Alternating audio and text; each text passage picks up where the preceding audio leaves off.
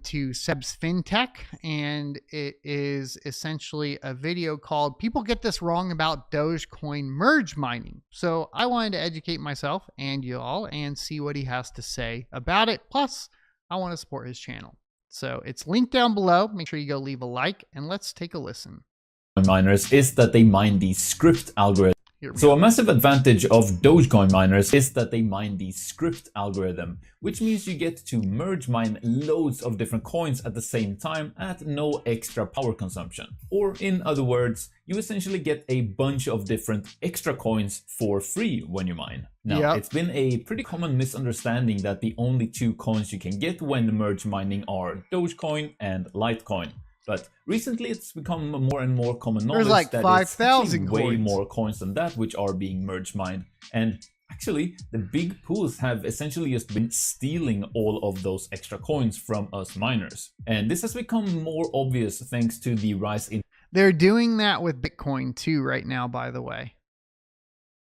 Popularity of pools like Mining Dutch and Zerg Pool, who actually do pay out all of those other merge mineable coins to us miners. Take Mining Dutch for example, where you actually get 23 different coins when merge mining with your script ASICs.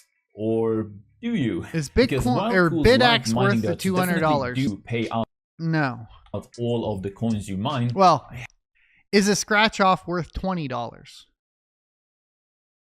Depends on who you are. I have noticed that most people actually misunderstand and overestimate just how much better it actually is. Now, don't get me wrong, it's still way better than any of those other pools that just pocket all of those extra coins. But there is one big misunderstanding about how Mining Dutch actually works going around. So what that misunderstanding is and how that affects your mining is what we'll be looking into today in this video, after a quick word from our sponsor. Coin Mining Central, which is an online store for ASIC miners with an over 6-year track record of Scratch offs are for the schools. Yeah, and so are my taxes, and it's not working. Overwhelmingly positive customer reviews. They have all the latest and most profitable miners, from silent home miners to full-size ASICs. They can even provide immersion cooling systems and offer great bulk pricing on ASICs. Based in the UK, go use Seb's thing. Coin Mining Central prioritizes great customer support, strict personal detail protection, and free worldwide shipping on all miners with no additional payment fees at checkout. You can also utilize their loyalty and referral programs to save on your next purchase. Plus, use my link down in... Well, it works for 1/3 of the kids that can read and write. What would you say if the 2/3 of the kids that can't read and write are the ones funding the kids, the 1/3 that learn to read and write? The demographic of the 2/3 are the people that buy lotto tickets. Any video description and code SEB at checkout for a roughly $130 discount on every miner in your order priced over £1,000. So check out that link below together with the code to save on your purchase. So I want to start this video off by just quickly giving a little shout out to the guys over at Mining Dutch, because, well, they didn't sponsor this video or anything. You just saw that this video is actually sponsored by Coin Mining Central. But what they did do is they actually sat down and had a pretty long chat with me just asking all of these questions about what's going on kind of under the hood and how the whole thing works with merge mining on their pool and so on. So I just want to say a little thank you to them for actually taking the time to kind of help me wrap my head around it all so that I could then make this video to explain it all to you guys. And with that in mind, let's just chat a little bit about how merge mining actually does work. And essentially what is going on is you're really mining one coin, which we'll be referring to as the parent coin. And then you can mine what's referred to as child chains underneath that. So an example of that would be you would be mining Litecoin as the parent coin, and then you could mine Bells and Dogecoin and Dingo Coin and so on as child chains underneath that. Essentially, those child chains are all kind of just piggybacking off of the hash rate that you are providing for the Litecoin network. Now, the big misconception here is that all coins that use the script algorithm can be either a parent chain or a child chain, which unfortunately just isn't true. It's actually on a coin by coin case if, you know, that coin project actually want to allow for merge mining as a child chain underneath a other. Now, I've never understood why you wouldn't want to allow for it, because in theory it always increases security, right? Or do I misunderstand that? Maybe he'll talk about that. Parent coin being mined. And while you can mine as many child chains as you want underneath a parent chain, you can only ever mine one parent chain. So essentially what that actually means is that you can only ever mine one of the coins that don't allow for being a child chain at once. Or in other words, the coins that only allow you to mine them directly as a parent chain are only able to be mined one at a time. So for example, Litecoin is one of those coins that only allow you to mine it as a parent chain, and Digibyte is another. That means that you will never be able to merge. And Digibyte wouldn't be able to in the first place because of the way it was designed for multi-algorithm, right? Merge mine Digibyte and Litecoin at the same time with your script miners. But now a lot of you might be saying, hey, I've been merge mining script on, you know, pools like Mining Dutch, and I have been earning both Litecoin and Digibyte. So what are you talking about, Seb? And don't worry, I'll get into explaining all of that. Well, now I guess. So if we have a look on the Mining Dutch website here, we can see these are all of the script algorithm. Dark mode, turn it off! Coins that are mineable through their pool, and as you can see, it is a lot of different coins here, but the only coins that are actually able to be merged mined as a child chain under a parent chain are the ones with the word merged here. So you can see that's Beers Coin, Bells, Bonk Coin, Craft Coin, Dingo, Doge, you know, being the most prominent one obviously, and so on. But all of these other ones, like, you know, your Junk Coin, your Litecoin, your Digibyte, you know, the ones that I already mentioned, are all coins that are actually just able to be mined as the parent chain, meaning you cannot be mining them at the same time. Parallel assets are inherently different than merge mining tactics. So parallel assets on Flux, you're basically getting paid out tokens on that chain, right? You're not actually merge mining multiple chains. It's not even, from a technical perspective, it's not the same thing at all. Like at all. And the thing about that means too, by the way, is that you need those parallel assets to have liquidity for it to work. Which means that you need significant liquidity invested into the Flux ecosystem for it to really function at the level that merge mining script would be. You can only mine them at the same time as the merged ones, but the you know, ones without that little merged marker on their next to their name cannot be mined at the same time. But so how come is Flux unique? As far as parallel assets, that idea technically comes from Komodo. You have been getting, you know, multiple, but Flux is the only one that's like it's viable on right now, if that makes sense, of these different parent chains then if they are not being merged mined. And well, that is because Mining Dutch actually profit switches for you between these parent chains, because per default, if you just point your script hash rate to their script pool, you know, their regular script pool, you're actually pointing it to what they call their multiport, which you can see is this very first one here. And if you look at this for long... Oh, and for those that don't know, I guess just for the future, Flux is a cryptocurrency and they offer something called parallel assets. And those parallel assets get paid to the same wallet that your Flux is on. And they are essentially just like a token on the Flux blockchain, to explain it in the simplest terms. So similar to like if you have... you know, a token on the Ethereum blockchain, it's still an ERC20 token. So even though it might be like, you know, Ergo or whatever. Like it's going to be wrapped in that form. So you still have to get that out to the main chain for it to be working. Enough, you can see how the coin here is actually going to change. It's, you know, the multiport is currently pointing to digibytes, which is the most profitable. Yeah, I know Flux has done some work on as far as like ways around that liquidity issue. I haven't looked at it in some time. Last I looked at it, yeah, like as John mentioned, they have that ability to adapt to different like centralized exchange and decentralized exchange infrastructure to essentially allow you on the back. I mean, that's why ZIL Core is centralized. For ZIL Core to work with parallel assets, it has to be a centralized service to a certain degree.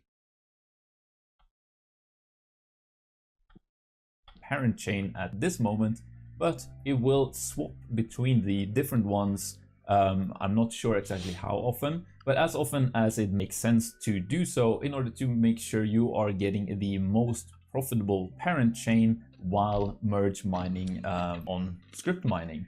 And you can see here actually which coins it does swap between when mining on the multiport.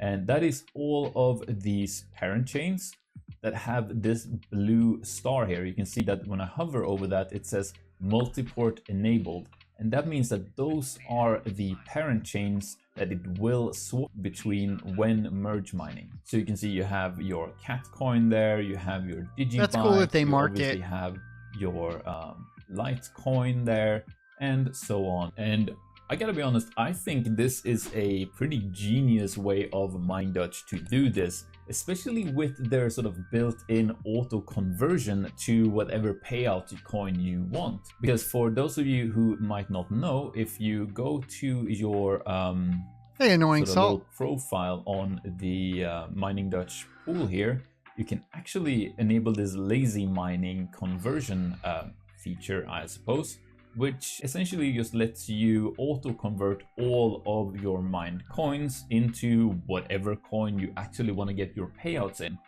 So if you have a script miner, but you just want to get as much Dogecoin as possible, sure, you could, you know, merge mine just like. I would recommend not getting Dogecoin because it's inflationary. Like, get Litecoin or, yeah, Litecoin right now, right? It's all about that Litecoin.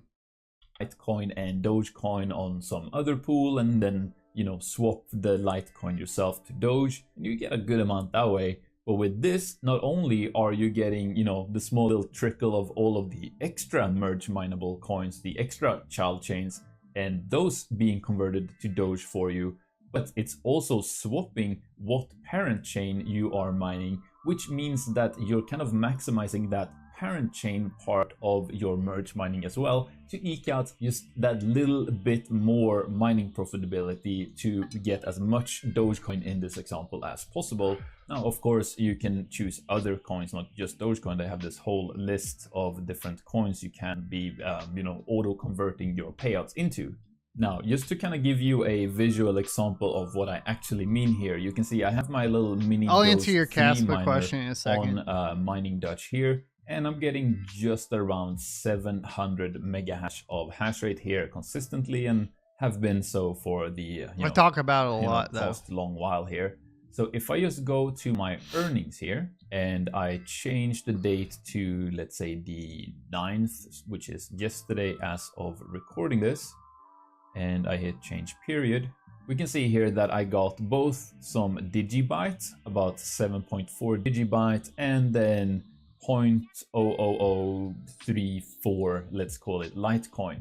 Now, a quick way of just checking if what I'm saying here actually makes any sense is just go and look on a Litecoin mining profit calculator and say I had 0.7 gigahash of hash rate, and I want to see how much I, you know, should have gotten with that amount of hash rate for the last 24 hours here. So let's hit calculate, and we can see that I should have got 0.001 Litecoin in that period if I would have been just straight, mining Litecoin as the parent chain for that whole time.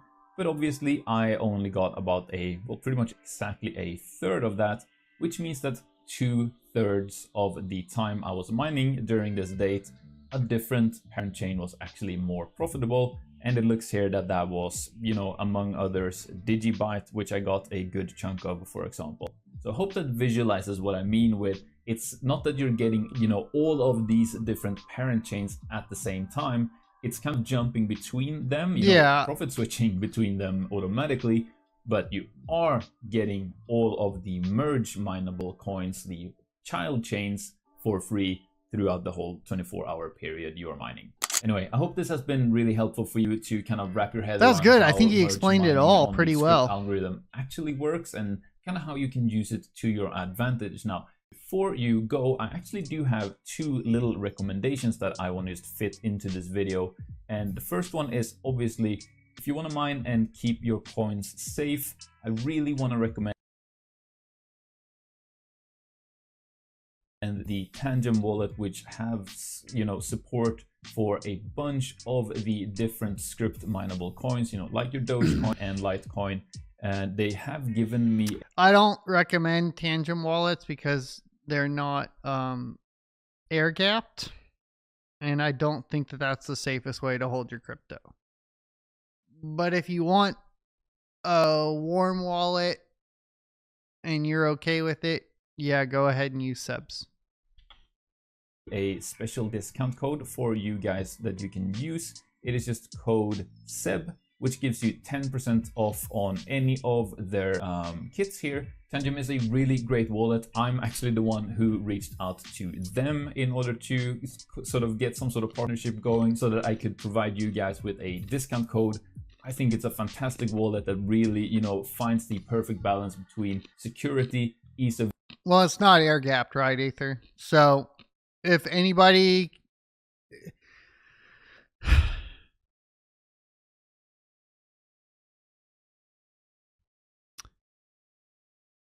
It has the most likelihood for being compromised.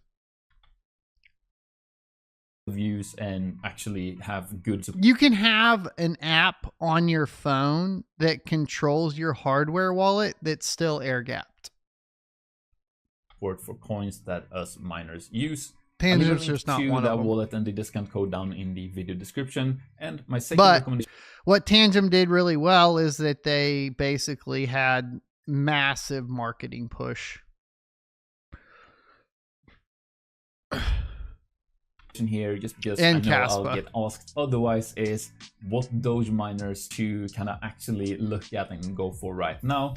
And it's a little bit tricky because it's such a popular a really good air gapped option in Tegra. And there is a big range of miners. Obviously, if you want the best of the best, well, you're looking at the Bitmain L9, which is, the big boy, the latest generation, and it also costs accordingly. I mean, if you're comparing Zelcore to Tangem, sure. I mean, everything's a sliding scale, traveler. $11,000 for kind of the sort of weakest version available, with it going up to $12,000 for the 17. I don't really pay attention too much to what Tangem adds, but you could probably Google it real quick. Gigahash model. You want to take one little step down and go for something a little more economical. You have the AlphaPex DG1 Plus, which is also a great miner, which a little bit finds that more of a balance between price and hash rate, in my opinion, but obviously a little bit less power efficient, in terms of just hash rate you are getting per watt of power used.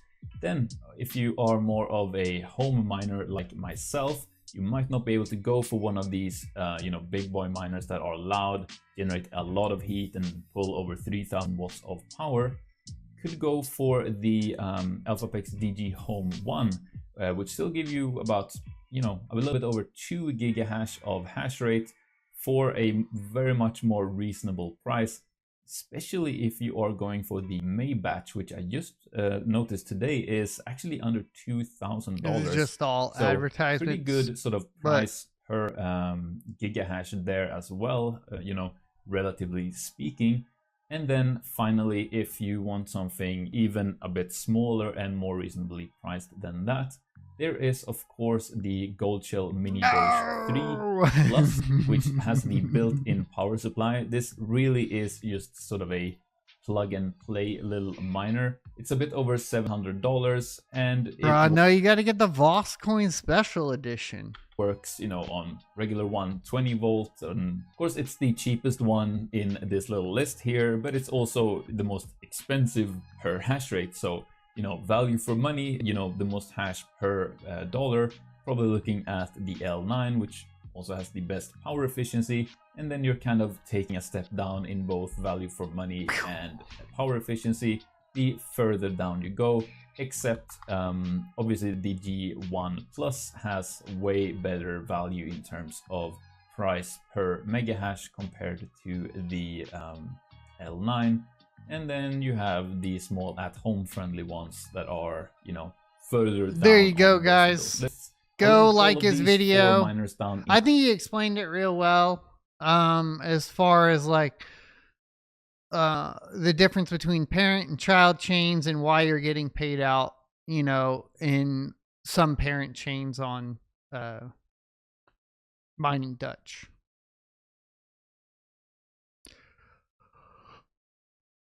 So thanks, Sub.